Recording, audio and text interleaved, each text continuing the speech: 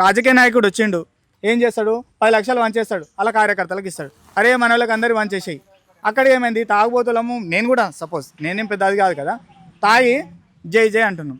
అసలు ఆయన ఏంది, ఆయన ఇంటెన్షన్ ఏంది, ఆయన ఏం చేస్తాడు, ఆయనకి ఏం చేద్దాం అనుకునే ఉద్దేశం ఉంది, అవన్నీ ఆలోచిస్తున్నామా? అదే మన మన నుంచి ఫస్ట్ మొదలు కావాలి. మార్పు రావాల్సింది మనలో, రాజకీయ నాయకుల దగ్గర కాదు.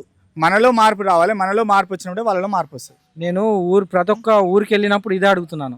మాకు సంక్షేమ పథకాలు ఇవి వద్దు, ఉచితాలు వద్దు. సంక్షేమ పథకాలు అంటే కొన్ని ఉండాలి, ఉచిత పథకాలు వద్దు. ఇప్పుడు మీరు KG to PG Vidya free అన్నారు, అది మంచిదే.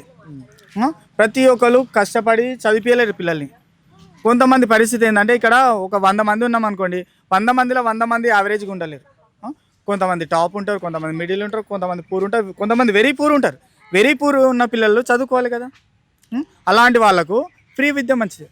రాజకీయ నాయకుడు వచ్చిండు, ఏం చేస్తాడు? 10 లక్షలు వంచేస్తాడు, అలా కార్యకర్తలకు ఇస్తాడు. అరే మన వాళ్ళకి అందరికి వంచేసేయి.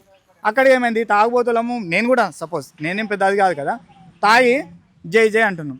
అసలు ఆయన ఏంది, ఆయన ఇంటెన్షన్ ఏంది, ఆయన ఏం చేస్తాడు, ఆయనకి ఏం చేద్దాం అనుకునే ఉద్దేశం ఉంది, అవన్నీ ఆలోచిస్తున్నామా?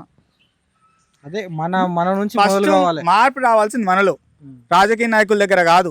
మనలో మార్పు రావాలి. మనలో మార్పు వచ్చినప్పుడే వాళ్ళలో మార్పు వస్తుంది. నేను ప్రతి ఒక్క ఊరికి వెళ్ళినప్పుడు ఇదే అడుగుతున్నాను. మాకు సంక్షేమ పథకాలు ఇవి వద్దు, ఉచితాలు వద్దు. సంక్షేమ పథకాలు అంటే కొన్ని ఉండాలి, ఉచిత పథకాలు వద్దు. ఇప్పుడు మీరు KG to PG Vidya free అన్నారు, అది మంచిదే.